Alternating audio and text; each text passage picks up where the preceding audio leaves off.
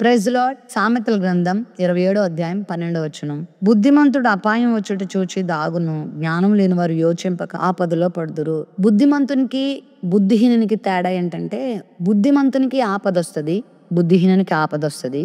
కానీ బుద్ధిమంతుడు ఆపదలో పడకుండా తను తాను కాపాడుకుంటాడు, దాగుతాడు.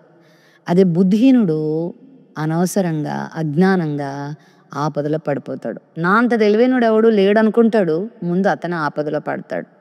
బుద్ధిమంతునిగా నువ్వు జీవించాలి. బుద్ధి ఎలా వస్తుంది? బుద్ధి జ్ఞానంలో సర్వసంపదలు ప్రభునందు గుప్తంలో ఉన్నాయి. ప్రభు దగ్గరకు వస్తే నీకు దేవుడు బుద్ధి ఇస్తాడు, జ్ఞానం ఇస్తాడు. తద్వారా నువ్వు అపాయాలు తప్పించుకుంటావు. కుటుంబపరమైనవి, వ్యక్తిగతమైనవి, ఆయా ఆర్థికపరమైన అపాయాల నుంచి నువ్వు బయటపడతావు. ఒకవేళ నువ్వు బుద్ధి లేకుండా దేవుని ప్రక్కన పెట్టి, దేవుని వాక్యాన్ని ప్రక్కన పెట్టి, ఈ లోకాన్ని నమ్ముకుంటూ, ఈ లోక సంపదలు నమ్ముకుంటూ ఒకవేళ నువ్వు బ్రతికితే, నీ అంత బుద్ధిహీనుడు మరొకరు ఉండరు, అపాయంలో పడతావు.